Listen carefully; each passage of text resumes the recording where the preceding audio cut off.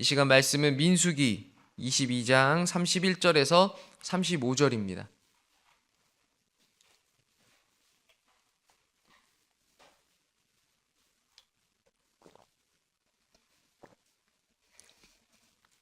민수기 22장 31절에서 35절 우리 같이 한 목소리로 합독하겠습니다. 그때 야훼께서 발람의 눈을 밝히심에 야훼의 사자가 손에 칼을 빼들고 길에 선 것을 그가 보고 머리를 숙이고 엎드리니 야훼의 사자가 그에게 이르되 너는 어찌하여 내 나귀를 이같이 3번 때렸느냐? 보라, 내 앞에서 내 길이 사악하므로 내가 너를 막으려고 나왔더니 나귀가 나를 보고 이같이 3번을 돌이켜 내 앞에서 피하였느니라. 나귀가 만일 돌이켜 나를 피하지 아니하였다면 내가 벌써 너를 죽이고 나귀는 살렸으리라. 발람이 야훼의 사자에게 말하되 내가 범죄하였나이다. 당신이 나를 막으려고 길에 서신 줄을 내가 알지 못하였나이다. 당신이 이를 기뻐하지 아니하시면 나는 돌아가겠나이다. 야훼의 사자가 발람에게 이르되 그 사람들과 함께 가라. 내가 내게 이르는 말만 말할지니라. 발람이 발락의 고관들과 함께 가니라. 아멘. 오늘 이 본문을 가지고 야훼께서 발람의 눈을 밝히심에라는 제목으로 함께 은혜를 나누도록 하겠습니다. 우리의 신앙의 이 여정을 한번 돌아보면 우리가 하나님의 뜻을 모르는 때도 있지만 하나님의 뜻을 또 분명히 알고 있으면서도 따르지 못할 때도 또 있습니다. 어쩌면 하나님의 뜻을 몰라서 우리가 헤매는 것보다 하나님의 뜻을 알면서도 헤매는 경우가 더 많은 것 같기도 합니다. 오늘 본문 속에서 발람이 그런 상황이었습니다. 하나님의 뜻을 분명히 알면서도 흔들리고 있는 그런 상황을 맞습니다. 발람은 예언자고 또 선지자고 또 하나님과 교통하는 자였는데 하나님의 음성을 듣고 또 그 들은 음성을 잘 전해야 하는 그런 자였는데 그것을 온전하게 행하지 못하는 모습이 오늘 이 본문 속에서 나옵니다. 모압 왕 발락이 이스라엘을 저주해달라면서 발람에게 사람을 보냅니다. 당연히 하나님 뜻이 아니었겠죠. 하나님은 이스라엘을 저주하는 것을 원치 않았습니다. 지금 모압의 이 발락이 아주 악한 것을 발람에게 부탁하고 있습니다. 발람을 모압으로 데리고 와서 여기서 나를 위하여 이스라엘을 저주할 것을 요청합니다. 그들의 요청에 대해서 발람이 하나님의 뜻을 묻고 하나님은 그에게 아주 분명하게 말씀하십니다. 민수기 22장 12절인데 하나님이 발람에게 이르시되 너는 그들과 함께 가지도 말고 그 백성을 저주하지도 말라. 그들은 복을 받은 자들이니라. 하나님이 이스라엘 백성들을 택하셨고 그들에게 복을 주셨는데 발람이 그들을 저주하는 것을 하나님은 원치 않으셨습니다. 그래서 발람이 처음에는 순종을 합니다. 야훼께서 허락지 않으셨으니 내가 너희와 같이 가지 않겠다. 그런데 모압 왕 발락이 쉽게 포기하지 않습니다. 모압은 더 많은 재물 또 더 큰 영예 이런 것들을 가지고 약속하면서 다시 사람을 발람에게 보내고 또 요청합니다. 그 요청에 발람이 이번엔 이렇게 대답합니다. 민수기 22장 18절에서 19절인데 발람이 발락의 신하들에게 대답하여 이르되 발락이 그 집에 가득한 은금을 내게 줄지라도 내가 능히 야훼 내 하나님의 말씀을 어겨서 덜하거나 더하지 못하겠노라. 그런즉 이제 너희도 이 밤에 여기서 유숙하라. 야훼께서 내게 무슨 말씀을 더하실는지 알아보리라. 여러분 이 대답이 좋은 대답 같습니까? 안 좋은 대답 같습니까? 좋은 대답 같다. 안 좋은 대답 같다. 잘 모르겠다. 여러분 지금 발람이 대답을 했는데 이게 사실 안 좋은 대답입니다. 단호하게 거절하는 것처럼 보이는 듯 하지만 사실 발람은 여기서 조금씩 흔들리기 시작합니다. 그는 단호하게 거절하지 못하고 이렇게 말을 합니다. 은금을 준다고 해도 하나님이 가지 말라고 하셨으니까 내가 같이 가면 안 되는데 그렇긴 하지만 너희들 가지 말고 좀 기다려봐라. 오늘 밤 여기서 유숙하면서 좀 기다려봐라. 내가 하나님한테 한 번 더 물어보겠다. 이렇게 말을 하는 거예요. 이미 하나님의 뜻을 알고 있는데 다시 묻는 것은 사실 하나님의 뜻을 확인하려고 하는 게 아니라 내 욕심을 관철시키려고 하는 거죠. 한번 하나님을 설득해보고 싶은 거죠. 그래서 내 마음에 들어온 욕심, 탐심 이것들을 정당화하려고 하는 시도인 거죠. 발람의 마음 속에 지금 탐심이 싹트고 있습니다. 그의 지금 이제 입술로 하는 말은 신실해 보이는 듯하지만 마음은 이미 이 세속의 것들로 유혹으로 흔들리고 또 물들고 있는 것이죠. 하나님의 뜻을 몰라서 흔들리는 것이 아니고 하나님의 뜻이 어디에 있는지 명확히 알고 있지만 흔들리고 있습니다. 여러분, 우리도 그럴 때가 있습니다. 하나님의 뜻을 알고 있으면서도 세상의 유혹 앞에서 마음이 흔들릴 때가 얼마나 많습니까? 그리스도인을 무너뜨리려는 이 세상의 유혹 앞에서 우리가 한없이 흔들리는 연약한 한 인간으로서 우리도 수도 없이 이런 상황들을 마주하게 됩니다. 하나님의 마음과 뜻을 알면서도 또 하나님이 기뻐하시는 것이 무엇이고 기뻐하지 않는 것이 무엇인지 분명하게 알면서도 우리는 세상의 달콤한 유혹 앞에서 흔들리고 또 시험들 때가 있습니다. 우리도 마찬가지로 하나님의 뜻을 몰라서 흔들리기보다는 하나님의 뜻을 알아서 더 시험 들고 더 흔들리는 경우들도 있거든요. 하나님은 발람에게서 그런 흔들림을 보셨고 그 마음속 깊은 곳에 감춰져 있는 이런 악한 욕망을 드러내시기 위해서 우리가 오늘 읽은 본문에 나귀 사건을 일으키십니다. 발람이 모압 장로들에게 함께 갈지에 대해서 이제 하나님께 한 번 더 묻겠다고 답한 후에 하나님한테 정말로 물어봅니다. 하나님은 발람에게 그들과 함께 모압으로 가서 내 말대로 준행하라고 그렇게 명령하십니다. 발람이 모압으로 그래서 떠납니다. 나귀를 타고 길을 가는데 가는 도중에 야훼의 사자가 칼을 들고 그의 앞을 가로막고 있습니다. 나귀가 그 사자를 보았고 칼을 든 사자를 피해서 3번이나 길에서 벗어나거든요. 피합니다. 한 번은 길을 벗어나서 밭으로 들어가는데 발람이 나귀를 채찍질하면서 때립니다. 다시 그 길을 가게 합니다. 그 다음에는 좁은 담 사이 길에 서서 발람의 다리를 몸으로 이렇게 담에 짓누릅니다. 가지 않겠다고. 발람이 또 채찍질을 하면서 나귀를 또 가게 합니다. 그 다음에는 아예 발람 발밑에 엎드려 버립니다. 그러니까 발람이 화가 나서 나귀를 때립니다. 여러분, 발람이 왜 이렇게 했을까요? 야훼의 사자가 칼을 들고 그 앞을 가로막고 서 있는데도 왜 나귀를 이렇게 3번이나, 그것을 피하려는 나귀를 3번이나 때리면서까지 그 길을 가려고 했을까요? 가면은 분명히 칼에 맞을 건데. 발람이 왜 그랬을까요? 아시는 분? 발람의 눈에 그 사자가 안 보입니다. 발람의 눈에 이 칼을 든 사자가 안 보여요. 나귀가, 이게 아주 재미있는 일이 벌어지거든요. 3번 맞고 나니까 나귀가 얼마나 억울했는지 나귀가 말을 합니다. 나귀가 말한 거 본 적 있으십니까? 이 민수기 22장에 최초이자 마지막 사건일 수도 있는데 나귀가 말을 합니다. 얼마나 답답했으면. 나귀가 뭐라고 하냐면 28절에서 30절인데 야훼께서 나귀 입을 여시니 발람에게 이르되 내가 당신에게 무엇을 하였기에 나를 이같이 3번을 때리느냐. 발람이 나귀에게 말하되 내가 나를 거역하기 때문이니 내 손에 칼이 있었다면 곧 너를 죽였으리라. 나귀가 발람에게 이르되 나는 당신이 오늘까지 당신의 일생 동안 탄 나귀가 아니냐. 내가 언제 당신에게 이같이 하는 버릇이 있었더냐. 그가 말하되 없었느니라.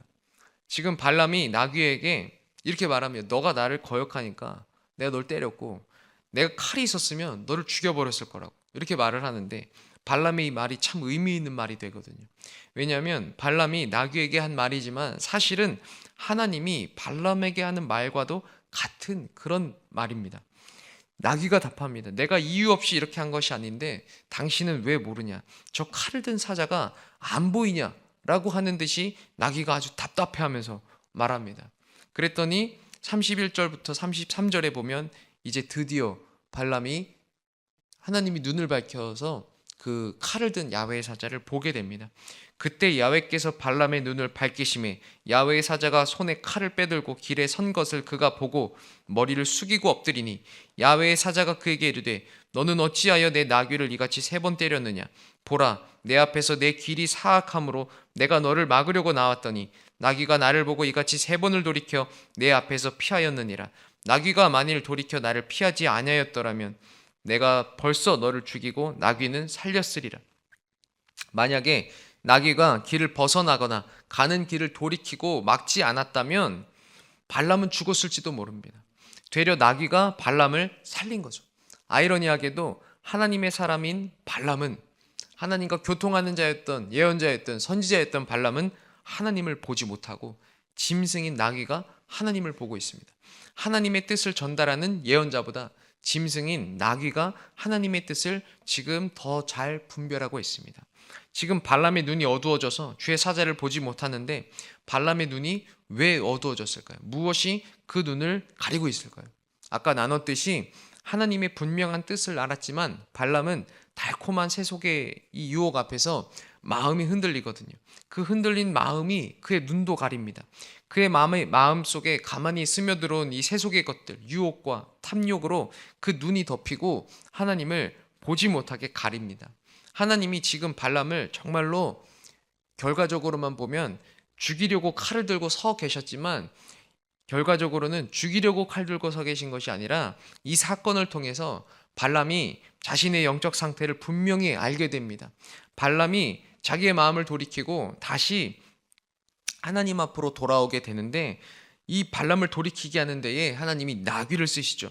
오죽하면 하나님이 나귀의 입을 여셔서 말을 하게 하시고 그로 하여금 발람을 책망하게 하십니다. 그러니까 사실 이것이 은혜가 됩니다. 발람을 죽이려고 하는 것처럼 보였지만 사실은 발람을 살리는 일이 되었고 그때서야 발람의 눈이 열려서 그 앞에 칼을 든 야훼의 사자를 보게 되고 그제야 그는 엎드려서 이렇게 말하게 됩니다. 34절에 발람이 야훼의 사자에게 말하되 내가 범죄하였나이다. 당신이 나를 막으려고 길에 서신 줄을 내가 알지 못하였나이다. 당신이 이를 기뻐하지 아니하시면 나는 돌아가겠나이다. 이제서 하나님 앞에 회개하고 그 마음을 돌이키죠. 내가 범죄하였나이다. 사실 하나님이 발람에게 너의 잘못이 무엇인지에 대해서 하나하나 지적해 주시지는 않았습니다. 근데 여러분 발람 스스로 자기 잘못을 이미 알고 있죠. 마음에 좀 찝찝하고 불편한 게 있는 그런 때가 있지 않습니까? 그래서 뭔가 작은 신호에도 우리가 번뜩 정신 차리고 회개하고 막 그렇게 하는 경우들이 있지 않습니까? 저도 그런 적이 있는데 제 아내가 첫째 출산할 때 되게 오래 걸렸거든요. 거의 저희 24시간을 진통하고 그 병원에서 제왕절개를 안 해주는 병원이어가지고 자연분만 해야 된다고 24시간을 병원에 있었습니다. 그래서 양수가 터지고 24시간이나 걸려갖고 아기도 조금 그때 태변 먹고 황달이 올라오면서 약간 위험해갖고 인큐베이터 들어가고 그때 이제 제 아내가 점점 막 너무 힘들어하는 모습을 보는데 눈물이 막 나더라고요. 그때 제가 어떻게 됐냐면 기도를 하는데 머릿속에 내가 지은 작은 죄 하나하나 생각나더라고요. 그래서 제가 그때 핸드폰에 모두의 마블이라고 무슨 게임이 하나 깔려 있었어요. 그 뭐 이렇게 주사위 던져갖고 막 부루마블처럼 뭐 이렇게 그런 게임이 하나 깔려 있어요. 하나님 앞에 제가 그 게임도 지우면서 하나님 제가 이거 해서 죄송합니다. 제 와이프 핸드폰에도 그게 깔려 있어요. 그때 당시에 둘이 같이 했어갖고 와이프 핸드폰에서도 제가 그걸 지우면서 하나님 죄송합니다 하면서 그 게임을 지웠거든요. 여러분 우리가 뭔가 이렇게 하나님이 작은 신호 줄 때 우리의 마음속에 좀 찝찝하게 남아있고 불편하게 남아있고 혹시 이거? 이렇게 생각하는 것들 우리의 삶 속에 이렇게 하나하나 있잖아요. 그런 것들 우리가 스스로 캐치하고 하나님이 지적해 주지 않아도 알아서 회개하고 막 이제 지우고 아니면 그거를 돌이키고 이렇게 하게 되지 않습니까? 지금 발람이 그렇습니다. 하나님이 뭐라고 이렇게 하나하나 지적하지 않아도 스스로 자기 잘못을 알아요. 자기 마음에 틈탄 세속과 유혹과 탐욕에 물든 마음과 그것에 눈이 가려져 있고 그것에 마음을 빼앗긴 이런 상태와 그런 것들을 압니다. 그래서 하나님 앞에 또 바로 회개합니다. 회개한 이후에 하나님께서 발람에게 이렇게 말씀하시거든요. 야훼의 사자가 발람에게 이르되 그 사람들과 함께 가라. 내가 내게 이르는 말만 말할지니라. 발람이 발락의 고관들과 함께 가니라. 내가 내게 이르는 말만 말하라. 하나님이 이렇게 말하거든요. 발람이 실제로 이스라엘을 저주하라고 발락이 이제 명령했는데도 불구하고 그 앞에서 이스라엘을 저주하지 않고 하나님의 말씀대로 축복을 하게 되거든요. 만약에 이 사건이 없이 발람이 그냥 모압 땅으로 갔다면 발람은 어떻게 했을까요? 하나님의 뜻을 분별하지 못하고 하나님의 마음을 본 그대로 들은 그대로 전하지 못하고 그냥 모압 왕 발락이 듣고 싶어하는 대로 이야기해 줬을지도 모릅니다. 지금 받은 금과 은이 있는데 듣기 싫은 말 할 수 있겠습니까? 그리고 왕인데 그 고관들 앞에서 발람이 그 떨리는 말을 할 수 있겠습니까? 못하죠. 이 나귀 사건이 있었기 때문에 발람은 하나님 앞에서 두려움을 갖게 됩니다. 하나님을 바라보고 내 앞에 칼을 든 야훼의 사자가 있다라는 생각을 갖고 하나님의 뜻을 바르게 분별하고 하나님의 말을 그대로 전할 수 있게 되거든요. 사실 발람 그 사람 자체는 그렇게 할 수 있는 사람이 아니었던 것 같습니다. 후대의 평가도 이 발람에 대해서는 계속 안 좋게 평가하거든요. 여러분 한번 성경을 찬찬히 보면서 발람에 대해서 뭐라고 하는지 한번 살펴보십시오. 발람에 대해서 아주 안 좋은 예로 요한계시록까지 나옵니다. 발람이 요거 실수를 하나 했는데 이 실수가 얼마나 하나님 보시기에도 안 좋았고 이것이 또 얼마나 안 좋은 예로 이스라엘 백성들에게 남았는지 실제로는 축복을 해줬음에도 불구하고 발람의 예는 성경 전체에 안 좋은 예로 계속 나옵니다. 베드로 후서에도 나오고 요한계시록에도 나오고 곳곳에 나오거든요. 여러분, 하나님이 우리 앞에서 분명히 멈추라고 신호를 보내실 때가 있습니다.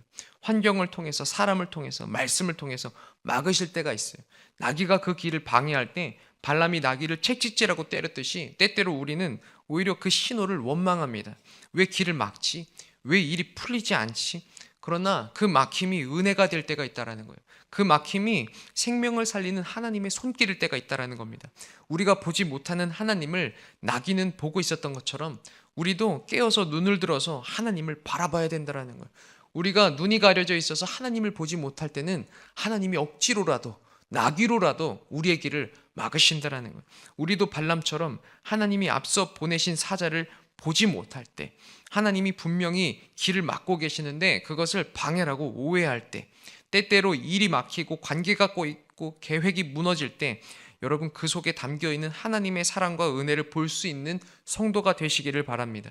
하나님은 우리의 길을 막으시면서 우리를 망하게 하시는 분이 아니고 우리의 눈을 열어서 바른 길로 돌이키게 하시고 살리시는 하나님이심을 믿으시기를 바랍니다.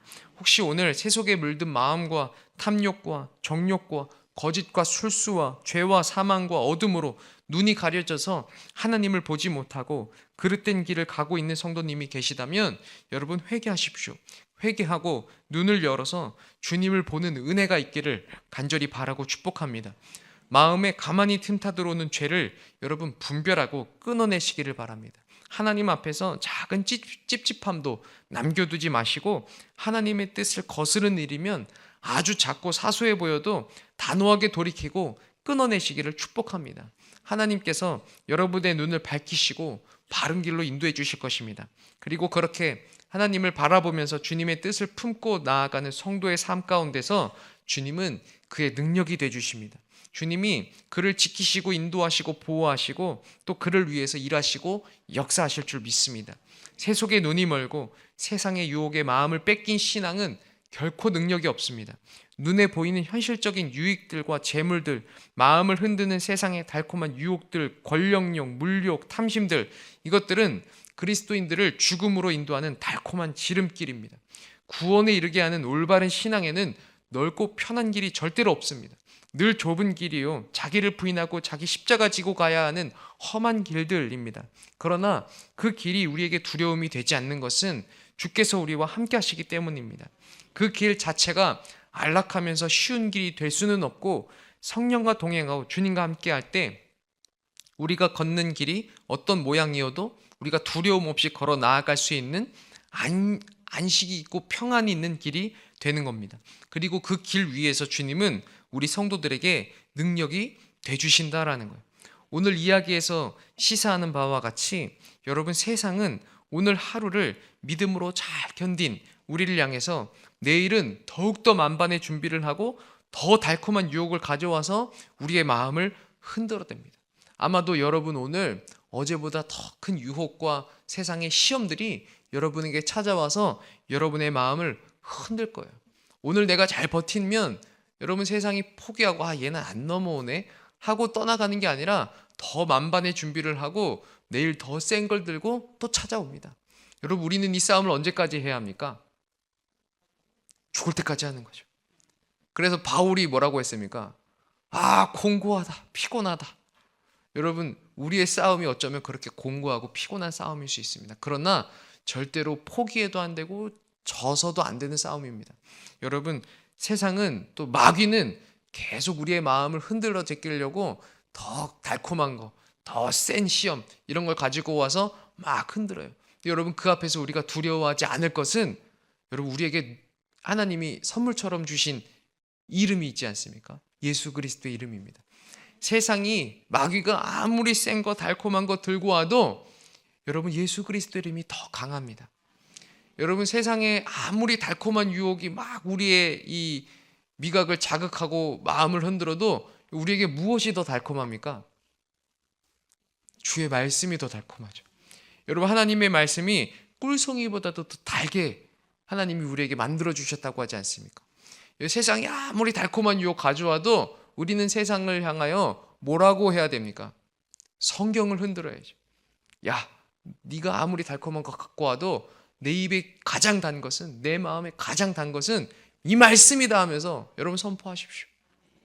아무리 강하고 센 시험을 가져와도 야, 예수 그리스도가 그 십자가 시험까지 이기시고 우리를 살리셨는데 우리가 그 시험에 흔들릴 수 없고 우리가 예수 그리스도의 이름으로 명하노니 떠나가라고. 여러분 그렇게 선포하시기를 바랍니다. 여러분 늘 깨어 있어서 흔들림 없이 좌로나로나 치우침 없이 말씀 위에 굳건히 서서 잘 버티고 잘 이겨내는 그런 성도가 되시기를 간절히 축복합니다. 제가 말씀 준비한 게 한 달락이 더 있는데 시간상 그건 하지 않겠습니다. 여러분 오늘 우리가 이 민수기 22장 같이 묵상했는데 이 발람의 이야기를 여러분 이게 23장 24장까지 계속 이어지거든요. 여러분 한번 찬찬히 또 묵상하시면서 하나님 앞에 내 마음은 바르게 잘 깨어 있고 또 정리가 되어 있는가, 하나님 앞에 정직한가, 거룩한가, 이런 것들을 한번 잘 살펴보시기를 바랍니다. 발람의 이야기가 이렇게 성경에 3장이나 소비하면서 기록되어 있는 건 그만큼 의미가 있다라는 겁니다. 발람은 하나님께 선택받은 자였음에도 불구하고 이 흔들리고 하나님 앞에서 정직하게 행하지 못하거든요. 이스라엘을 축복하지만 정말 후대 길이길이 안 좋은 예로 남거든요. 여러분 저는 이게 참 무서운 일이라고 생각이 됩니다. 정말 한 번의 실수인데 이 한 번의 실수가 발람에 대한 평가를 이렇게까지 안 좋게 만드는 것이 참 무서운 일이다. 근데 이것이 우리에게도 이렇게 주어질 수 있다. 우리는 사소하다고 생각하는 작은 죄 하나가 어쩌면 후대에 우리를 안 좋은 예로 길이길이 남기는 일이 될 수도 있다.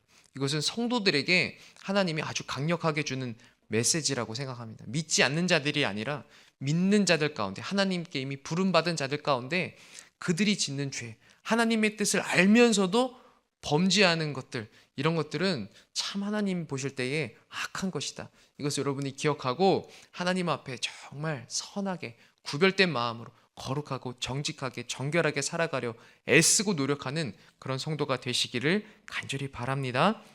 제가 이 발람의 안 좋은 예 한 구절만 읽어드리고 말씀을 맺겠습니다. 그게 베드로후서 2장에 나오는데, 그들이 바른 길을 떠나 미혹되어 부올의 아들 발람의 길을 따르는도다.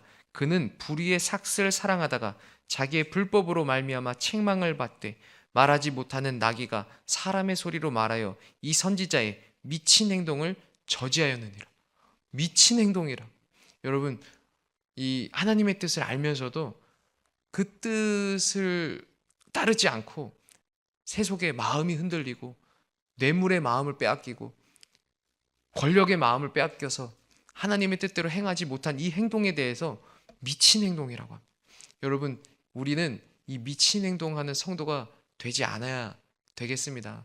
여러분 하나님 앞에 정말 충성되이 거룩하게 정직하게 행하여서 미친 행동하는 그런 성도가 아니라 하나님 보시기에 참 충성된 자라고, 잘했다고, 하나님의 마음을 시원케 하는 자라고 칭찬받는 그런 성도가 다 되시기를 간절히 바랍니다. 잠깐 기도하겠습니다. 하나님 감사합니다. 참으로 귀한 날 주 앞에 나오게 하시고 예배하게 하시니 감사합니다. 오늘의 예배 가운데 성령께서 함께 하시고 말씀을 통하여서 하나님의 마음과 뜻을 우리가 분별케 하셨음을 믿습니다. 하나님 아버지 앞에 거룩하고 정직하게 정결하게 구별되어 살아가는 성도가 되게 하여 주시옵소서. 하나님의 뜻을 알면서도 모른 척하고 세상의 유혹 앞에 흔들리고 시험에 마음이 무너지고 신앙이 무너지는 성도 되지 않게 하여 주시옵고 늘 깨어서 좌로나로나 치우침 없이 말씀에 반석 위에 바로 서서 하나님의 뜻대로 행하며 주님을 기쁘시게 해드리는 성도가 되게 하여 주시옵소서. 그런 우리의 삶 가운데 일을 행하사 이를 지어 성취하시는 야훼 하나님의 크고 은밀한 일이 충만히 나타나게 하여 주시옵고, 주께서 동행하시며 우리를 지키시고 보호하시고 인도하시는 은혜의 손길이 가득하게 하여 주시옵소서. 그래서 오늘도 주님 안에서 부족함 없이 참으로 능력 있는 삶을 살아가는 거룩한 하나님의 자녀들이 다 되게 하여 주시옵소서. 또 오늘 주님 앞에 귀한 예물 올립니다. 드리는 손길 위에 복을 더하시고 그 삶의 모든 필요와 쓸 것을 더하시고 채우시는 하나님의 은혜를 누리게 하여 주시옵소서. 감사하며 예수님의 이름으로 간절히 기도드립니다. 아멘. 하늘에 계신 우리 아버지여, 이름이 거룩히 여김을 받으시오며 나라가 임하시오며 뜻이 하늘에서 이루어진 것 같이 땅에서도 이루어지리이다. 오늘 우리에게 일용할 양식을 주시옵고 우리가 우리에게 죄 지은 자를 사하여 준 것 같이 우리 죄를 사하여 주시옵고 우리를 시험에 들게 하지 마시옵고 다만 악에서 구하시옵소서. 나라와 권세와 영광이 아버지께 영원히 있사옵나이다. 아멘.